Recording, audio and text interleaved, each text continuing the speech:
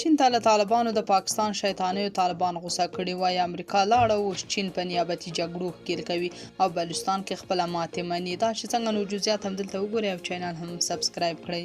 څو ورځې وړاندې پاکستان اعلان وکړ چې د چین استازي ته افغانستان کې د ترهګرو ډلو په اړه معلومات ورکړي چې چین هم ورسره منلي. ښکاري چې د پاکستان یاد اقدام طالبان غوسه کړي.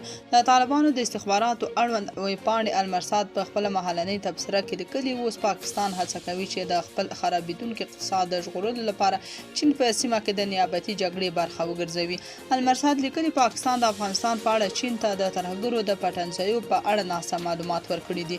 المرصاد دا تبصره د افغانستان لپاره د چین ځانګړي استازي یو ژاو یونګ د هغو خبرو په غبرګون کې کړي چې په خبره یې په افغانستان کې شاوخوا 10 وسلوالې ترهګرې ډلې فعالې دي چې د چین لپاره امنیتي ګواښونه جوړوي.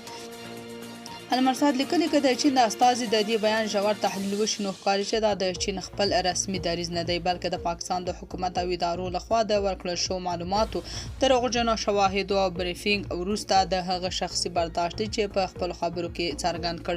طالبانو ته نږدې رسنۍ د تبصرې په یوه برخه کې لیکلي چې پاکستان د افغانستان پر ضد د دې روان تبلیغاتي کمپاین له لارې خپلو موخو ته رسېدل غواړي.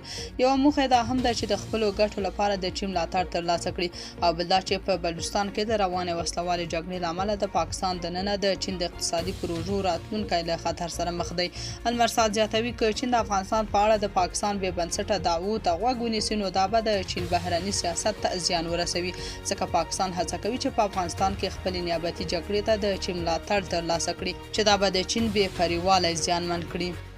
د طالبانو د رسنۍ له چین غوښتي چې باید د افغانستان په اړه خپل دریځ په خپلواک ډول وټاکي او یوازې د پاکستان پر خبرو باور ونه کړي.